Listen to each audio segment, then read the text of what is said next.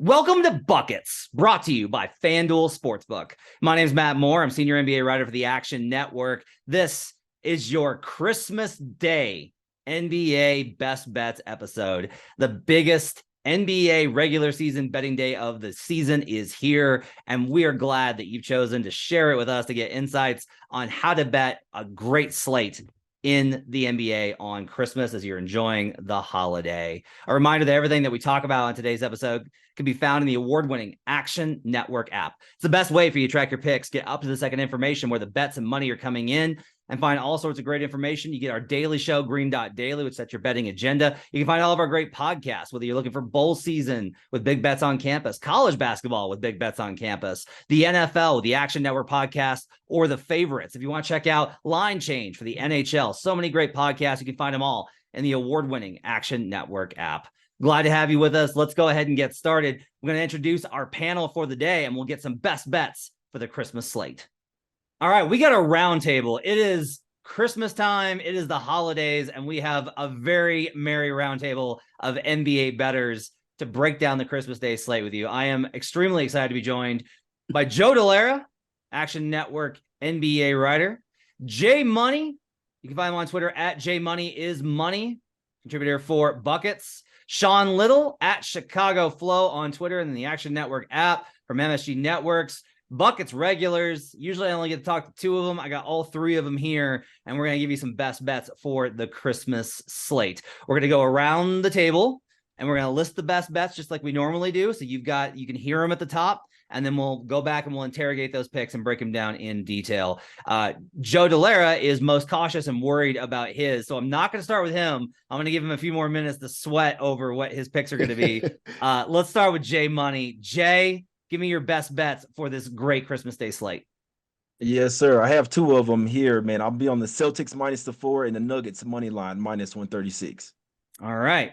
Sean Little, what do you got for me? I'm going to bite Dallas Mavericks -7.5 at the crib, as Jay Money likes to say. Okay. All right. Joe Delara, it's time. You gotta let me know. All right. Well, I am on the Memphis Grizzlies -4.5 and the Denver Nuggets -2.5. All right. My slate for the Christmas slate, which you're going to notice, I have some disagreements with these fellas. And you can find my breakdown in the Action Network app. Best way for you to track your picks, if I haven't already said that. Knicks Sixers over 219.5. I'm bucking the under trend in the early games. I'm going to take Lakers +7.5. May God help me. Celtics -4. I'm with Jay. May God help me even more. I'm taking the Warriors +4. And then I'm going to take the Phoenix Suns +2.5 versus the Nuggets. I have three dogs and over and a favorite here. We'll break down the reasons why for all these picks. I think we've got most of these games covered. Let's go ahead and start with Sean. We'll start with Sean this time. So Sean, give me the cap on what you like in these games. Yeah, Mavericks -7.5 here against the Lakers. Lakers are just a bad squad on the road, 1-5 in their last 6. If you remember, they opened the season with 6 straight road losses as well. They had a little win streak in the middle, but guess who was back when they had the win streak? Anthony Davis. He's no longer around. The Mavericks 12-5 overall at home, wins against Memphis, Denver, the Nets. So some good squads in there. They're just also a different team at home, back at the crib. Luka and the guys get down. Interesting thing is Christian Wood averages less points at home. He's a lot more involved on the road, but I think it's just more balanced overall for Luka and the guys in Dallas. I'm going to get to my favorite spot of the cap here at the end, but let's look into some of these numbers here. Lakers have come down to earth a little bit on the defensive end. Without Anthony Davis, we know that he's gone 17th overall in defensive rating and 25th in second chance points allowed at 14.6 a game. That's never good when you're going on the road. My favorite piece of this cap, the travel spot. They had 2 straight road games in Phoenix and Sacramento. Then they play the Hornets on Friday. So I don't know when this is coming out, but then they played the Hornets on Friday, right?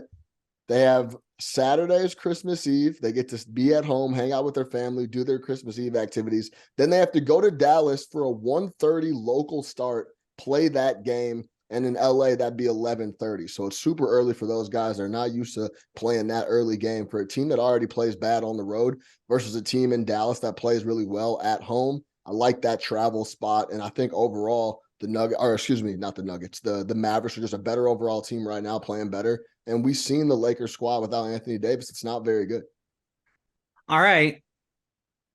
The travel spot has got me shaking in my boots. I'm quaking a little bit on this Lakers +7. I'm that hurts when you've laid out like this for Christmas Eve, and then you got to go, and then you get an early start. This is all not great. That's true. Here's my problem. All right. You mentioned that the Mavericks are 12-5 this season straight up. I noticed that you did not mention they're against the spread record, Sean. Do you know what their against the spread record is at home this season? I don't know it exactly off the top of my head, but I know they haven't been covering the number too well overall this season. But this is their first matchup against the Lakers. The first matchup against the Lakers, though. Well, that's why. This is why. Overall, the Mavericks are 5-10-2, 33% against the spread at home this season. Ew. But it's the Lakers. I got you on this one. Versus teams under 500 at home. 0-4-1 against the spread at home and overall this season. Overall this season versus teams under 500 at the time of the matchup, 5-9, 3-10-1 against the spread. So the reason I like this, okay, matchup numbers have this favored a little bit in favor of the Lakers. That's not rare for how my matchup numbers work. It's got a very low floor for some of these teams that are horrible. Power rating has Mavericks with an edge, but that's counterbalanced by who the Mavericks perform against. They are not just bad versus these bad teams. They lose outright. They're 5-9 straight up versus teams that were under 500 at the time of the matchup. And over the course of the season, they're even worse. They are awful versus these bad teams. I know it's a marquee spot. I know it's LeBron and the Lakers, and that's got to factor in here. But 7 points is a lot for me for a Mavericks team I do not trust at all to get this done versus the versus the Lakers. You got any rebuttals there for me? Yeah, really quick. I would say that if this number was -4, -5, it would worry me a lot more than 7.5 or 7.5 to 8, right? I think that all that stuff has been factored in, and they're still saying, hey, in this marquee spot, in this travel spot, when I was going through the stuff and I saw that travel situation, I thought that was very interesting. There's no Dallas Mavericks first half line up yet. I would take a peek at that when it comes out as well. But yeah, I think all this stuff is factored in. Now, if I looked at this number and it was Mavericks -3.5, then it's almost like I'm looking at the Lakers money line in a spot like that. Because LeBron on the road has also been going crazy, 28 points per game, 9 boards, 6.5 assists, and it's a big Christmas marquee spot. So we know the King is going to show up. You know, he blocks out. Did you guys see the Instagram post where he blocked out awesome. the S on the Kings? That was great, by the way. Shout out LeBron. So LeBron. Yeah, shout out LeBron for that. So that was my rebuttal. I think all that stuff has been factored in. Everyone knows how bad they've been against the number all year, how bad they've been on the road. They've been better in Dallas. I think all that stuff's factored in. If this number was shorter, I'd be a lot more worried. I think 7.5 is telling me this is going to be a 10, 11 point game for the Mavericks. Joe notes in our chat, the Mavs only have 5 wins of 10 plus points this season. By the way, when they are favored by more than 6.5 points, the Mavericks are 1-5-1 against the spread. So we'll see how this one comes out. I think I'm going to be on Lakers money line as well, because why not go the full way? We'll come back to your other pick. I want to move on to Jay's first pick. Jay, give me your first pick for the Christmas slate. Yeah, give me the Celtics here, man. We're rocking with the home team on Christmas here. They match up really well versus the Bucks. Now, I know I love playoff revenge spots. The Bucks do have playoff revenge, but I don't care. I think that the Celtics were owned by the Bucks for so long. Now it's time for the Celtics to own them. They have been playing. They had been playing well the past few games, but 7-2-1 against the spread last 10 meetings versus the Bucks. This is a focus spot as well, step up spot. They have Christmas Day revenge as well. They lost last year on Christmas Day to this same Milwaukee Bucks team on the road, though, in Milwaukee, 117-113. This is their 5th straight home game, so the rhythm should be on point. Bucks are all over the place, guys. Look at this. 14th straight game in a different arena. This is their 4th straight road game, 10th road game out of their last 14 games. And also, the Bucks have not been covering spreads on the road. They're only 1-4-1 against the spread last 6 road games, and 1-3 against the spread this year as a dog. Give me the Celtics here, -4 versus the Bucks. Yeah, I'm with you on this. I like this one. So the Celtics have absolutely fallen apart since the West Coast road trip, which, we'll see kind of if they can stabilize, right? They get absolutely just manhandled by the Warriors. They get stomped by the Clippers. They have to come back after blowing a 20-point lead to the Lakers. They win in overtime after Anthony Davis misses free throws. They lose twice to the Magic and then to the Pacers. So if anything, we're kind of getting a little bit of a buy low spot here with it being Celtics -4 at home when the Celtics have been the best team in the league over the first, 2.5 months of the season. I think it's a little bit of a buy low spot. Now, usually I'd be worried about this because the Bucks are dominant. I found this stat and I really like it.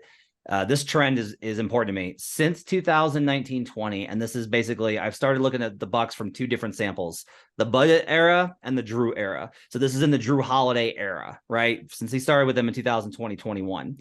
The Bucks as a dog, when Giannis plays, not in the playoffs, 6-9 straight up and against the spread at just 40%. Their numbers overall as a dog are 33.5% overall. Essentially, the market knows how to cap them when they're a dog. Like the market accurately knows when to place them as underdogs. And this is definitely a spot where, look, power rating is going to lean in their favor. Matchup, I have this as a little bit of a lean to the Bucks, and usually if I have to decide between matchup and power rating, matchup's been a little bit more consistent in its success rate over the past two seasons.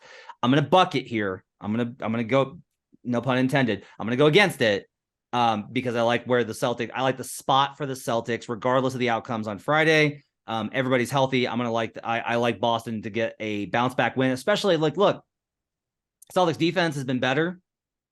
Their problem is they haven't been able to score enough. The Bucks can't score. The Bucks offense is mediocre right now. It really is. I did that bet stream versus the Cavs. They had 14 first half turnovers. They're not in a good place offensively as a whole. And I think Boston, this is a get right spot for them, even if they have to grind out a win.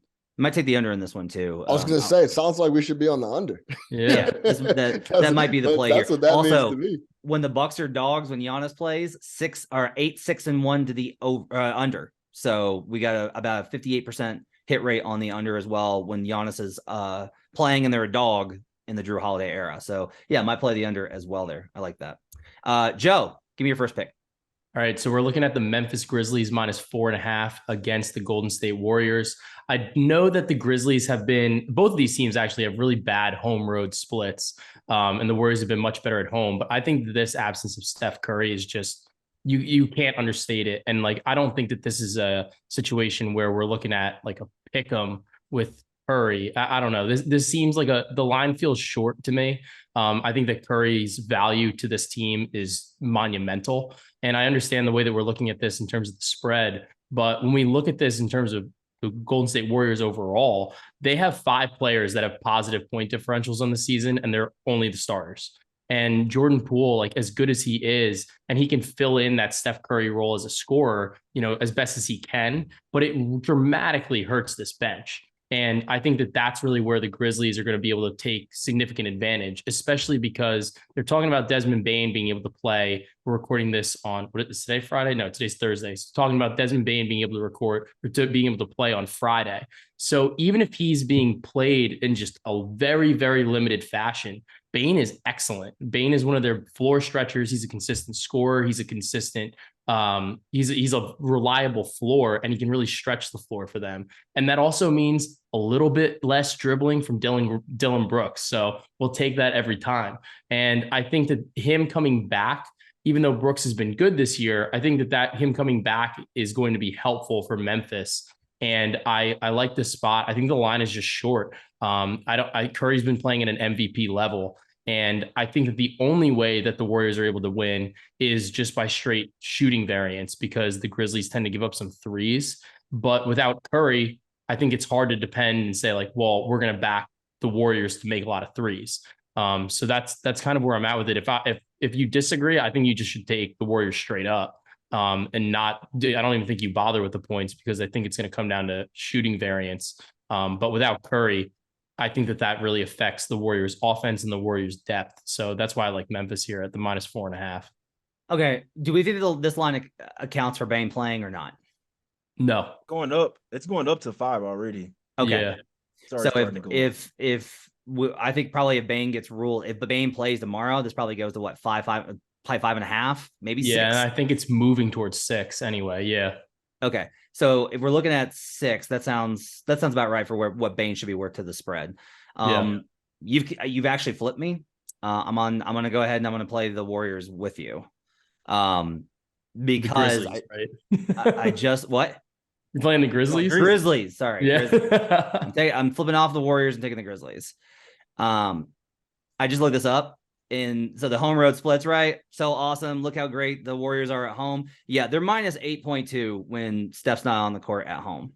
Yeah. So it's not like the bench is decent at home and then the starters are awesome and then the bench is awful on the road and the starters are not great.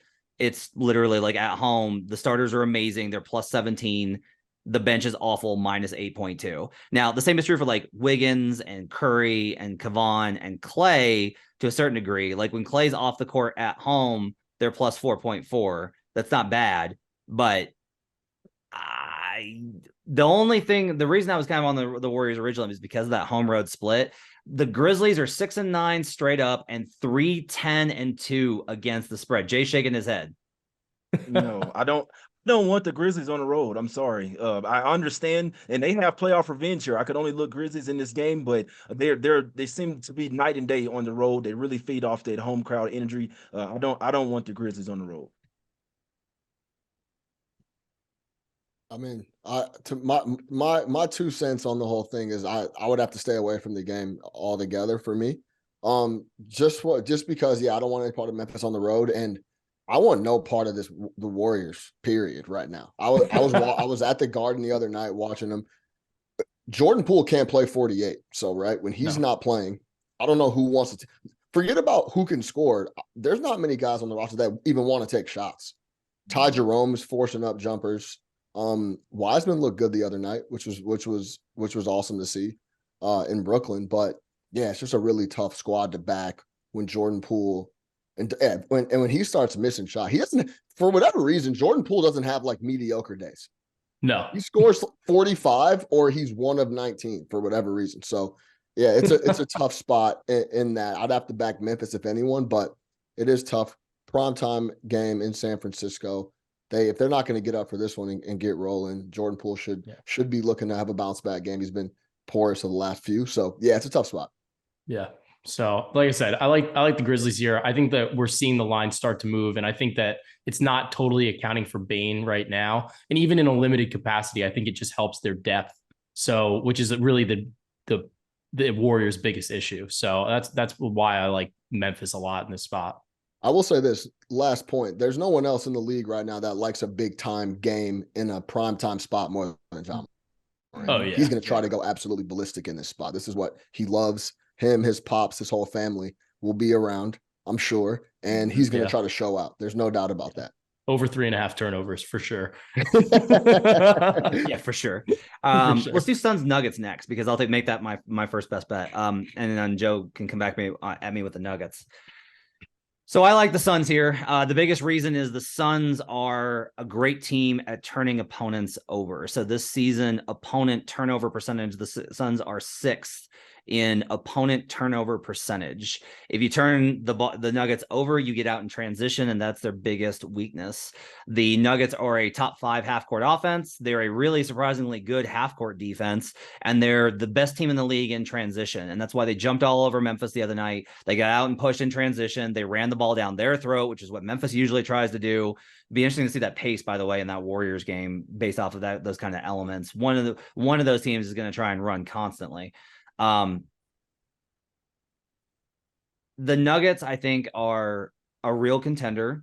I think that they have the capacity to be way better than they've been, but the under the hood numbers are what they are. And outside of the last game where they played really well defensively and the Hornets game to a degree, although they're facing the Hornets, they've just been really bad defensively. So at some level, I have to kind of ask myself, which of these teams, like which of the two teams are the Nuggets?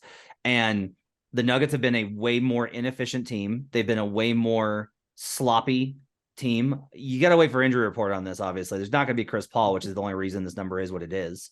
I guess that is kind of a starting point here, though, is like, what do you think Chris Paul is worth to the spread? Tack that on, and that gets you a different evaluation on where you think the value on the number is. Denver's been good at home. They haven't been home much, and maybe that's part of what's skewed a lot of their ratings, right? Is they've been on the road a lot. All the teams in the league this season, especially like home court's out of whack in a lot of these cases, and it's really hard to kind of get a good solid number on these figures. But I look at this and I just go, the Suns are going to play intense defense. It's a primetime major matchup on Christmas. They're going to turn the ball over. The Nuggets defense won't be able to keep up with how smoothly the Suns execute. DeAndre Ayton has given Jokic trouble in the past, especially even if Jokic gets his, Ayton can get his back on the other end. So I'll go ahead and I'll grab the points here with the Suns and take them on the money line as well, plus 2.5. Joe, why do you like the Nuggets? So even just looking back at over the past couple of years, Denver has really dominated this matchup straight up. Like Denver lost their last two, but they've won 3 in a row prior to that. They had 1 loss and then they won 5 in a row before that, if you were going back a couple of years. So I see Jay shaking his head over here, but I like Denver. No, I just want to say real quick, Joe, they have lost 6 of the past 7 to the Suns. Sure. But I'm looking at more regular season, some of the regular season stuff here. So that's more of what I'm looking at because it's a regular season matchup. And I think that matters, especially in terms of rotations, because teams do different things in the playoffs than they do in the regular season. I'm gonna push back on you real quick. Just from the perspective of we can't really compare this team to where they were pre-Monty, and we can't really compare it to where this team was Chris Paul. So really what we've got is we've got the performance from 2021 and last year. And so I think it bends a little bit more towards the Suns in that regard. But go ahead, keep up with your cap.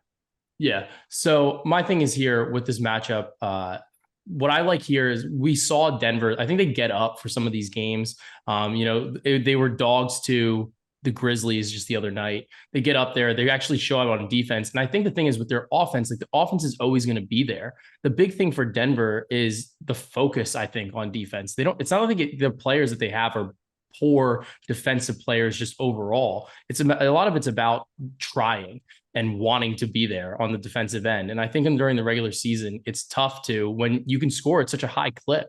But in this type of matchup against the Suns, I like what they do because they can spread the floor, they can shoot more threes.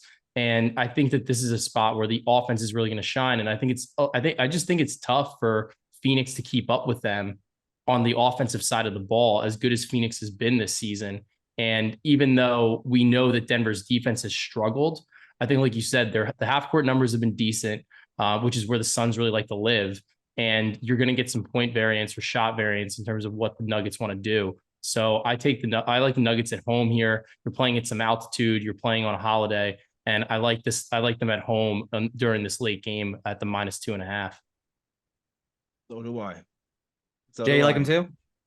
Yeah, I'm on them. I took Nuggets money line minus 136 in this one. So first off, I do like to go and look at the most previous games. I like to look at past 10 matchups as long as it's not preseason. So I still look at playoffs. In 2021, the Suns swept this Nuggets team in the playoffs. That holds a lot of weight here because the Nuggets are playing great basketball. And I really feel like they went out and got Bruce Brown and KCP as well for this particular matchup. They never really had anyone that could stop Booker. That was their main problem right there. I mean, they had Will Barton and Monte Morris. It's not going to get it done. KCP and Bruce Brown can somewhat at least try to contain Booker, which he may not even be 100% right now, sitting out all these games from the groin. He's going to be out on the Friday night game as well versus the Grizzlies. But regards to that, I like the Nuggets in this one on the money line. Michael Porter Jr. should be his second game back as well. So they should be fully healthy, matching up well. Suns only 5-9 straight up on the road, and only 1-3 straight up as a dog as well.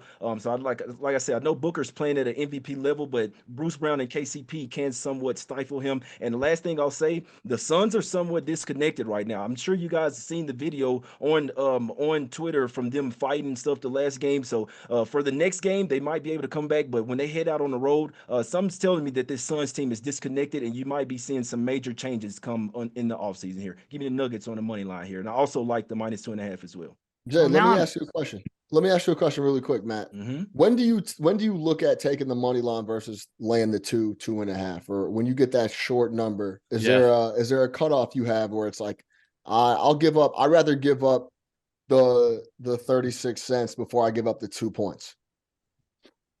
Yeah, so in this one, the fact that it was 2.5, if it's 2, I'll probably go ahead and lay the 2. But at the minus 136, I just felt like I'd rather lay that because everything is minus 110, right? So you're laying an extra 26 cents to avoid. It could be a close game, obviously with these two. So I just rather just wanted to get the win, but I do still like the 2.5. I think I think that's always That's always just a really valuable question I always ask, like, different gamblers I talk to, because everybody has a different mantra on it, on laying the price versus the number. And I think it's valuable for the listeners to just get different perspectives on that. Go ahead, Matt. Yeah. I've been playing a lot of dogs on the money line. I think for the favorite, one of the issues I have, free throws are where I have the issue. I think that's honestly where it gets to is, most times you feel like you can trust them. Now, if they miss them, it's going to be a bad beat. But with as often as we bet, you're going to run into a situation where most teams will foul until 4. That's where I've kind of noticed there's a lot of teams that are letting it go at 4. If it's inside 4, they'll contest it to the bitter end. But if it's 4 and there's 3 seconds left, they'll let it go.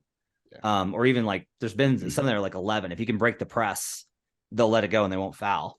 So I think I think the security it provides you is probably valuable. I think it's more a matter of how often you bet. If you're betting across like this as often as we are, it's probably valuable to go ahead and lay the points under 4. And then you get into a question of like, do you really want to, like, do you want to be laying as much as you're going to have to lay when it's 4 or more? Like, that's kind of the question on the juice. And most people are going to say no. I think I've tried to get into a place where I am trying very hard to find spots where that price is appropriate for me. If I can find like something under minus 200, if it's minus 180, because sometimes you're paying these prices on props anyway. Like you're paying minus 150, minus 140, minus 160 sometimes on some of these props. And so it's like, well, if you're going to be laying it on a prop, objectively, if your assessment on this game, and the variables are relatively even, supposedly, theoretically, then there probably should be some value. But I think it's a good question to ask. Yeah. So Jay, that we've gone through your 2. Yes, we've gone through the 2 plays that you've got. Okay, Sean, you got another one for us. What's your second play? No, I just had one. I'm just we're going. good. Yeah, we're good. All right. So I've got one more I want to go through, and then because we've touched on everything except Knicks Sixers. I'm going over 219.5, and the trend has been towards the under here in the early games on Christmas, and I get that, but this is a total below 220. The Knicks at home this season are the over on their delta points scored this season is they're 9-7 to the over.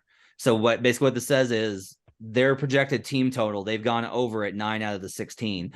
The Sixers, when the total is at this level of 218 or greater, they're scoring their team total record is 9-3. So we have 2 teams that should be going over their team total based on the spot. I think that the Knicks offense may be a little bit more honestly replicable than the defense.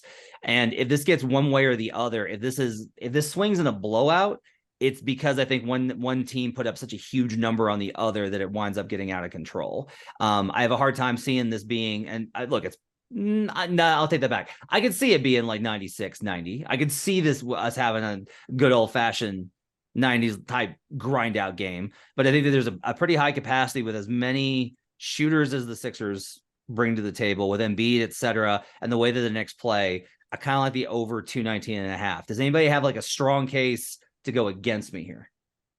The only thing that I don't like, man, the Sixers 7 straight home games and then going to a new arena. So they got hot, got into a groove at home. First game on the road, in theory, they're not supposed to shoot as well. In theory. Yeah, that's a good point too. Plus the early start. We'll see. Yeah, they had lost 3 in a row on the road, then went home, cooked up, and then now they got to go to the Garden early start. That's an interesting point. Yeah, it's a tough matchup. I do lean a little bit, honestly, towards the Knicks here. Oh yeah. I think I lean a little. I can't believe I'm saying that on Christmas. So that's crazy. That I'm leaning a little bit towards the Sixers here on the spread. All right, that's gonna wrap it up for the Christmas edition of Bucket's Best Bets. Hope you guys have yourselves a safe, healthy, and happy holidays. Enjoy it. We'll be back with you next week with coverage of the NBA daily. Make sure to download the Action Network app. Follow all these guys in there. Follow them on Twitter. Joe's at Joe Delera. Jay's at J Money is Money. Sean's at Chicago Flow. I'm at HP Basketball. Have yourselves a very Merry Christmas if you celebrate. And no matter what you do on the holiday, let's get buckets.